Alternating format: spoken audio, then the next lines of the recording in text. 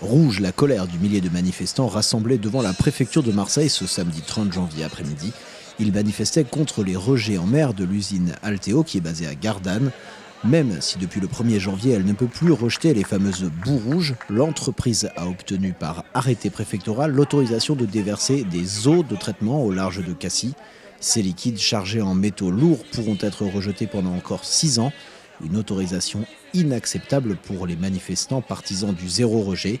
Didier Réau, président du parc national des Calanques, ne nie pas la toxicité de ces eaux, mais n'est pas pour autant du même avis que les manifestants.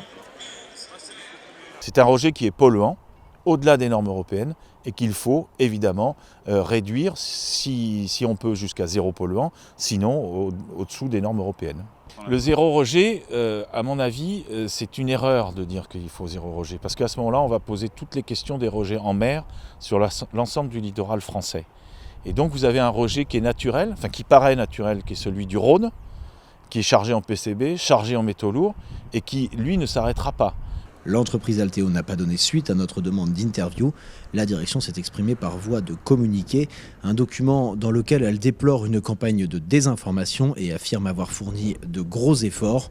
Le nouveau procédé d'exploitation du site de Gardanne aboutit à la réduction du flux de métaux rejetés de plus de 99%. Mais pour Henri Augier, spécialiste des pollutions, le problème reste entier.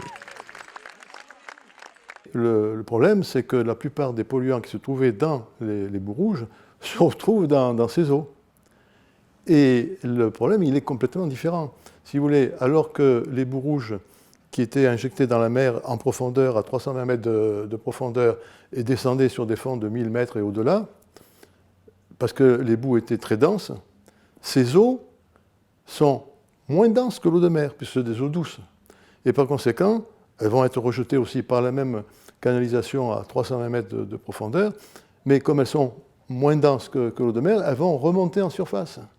Et elles vont être prises par les courants dominants, qui sont le courant ligure, et également les vents dominants. Ça veut dire que toute cette eau polluée, industrielle polluée, va aller progressivement donc contaminer la totalité de la partie marine des Calanques. Donc vous voyez, c'est une autre dimension, c'est un autre type de problème. Plusieurs associations ont d'ores et déjà annoncé qu'elles allaient déposer des recours devant les tribunaux.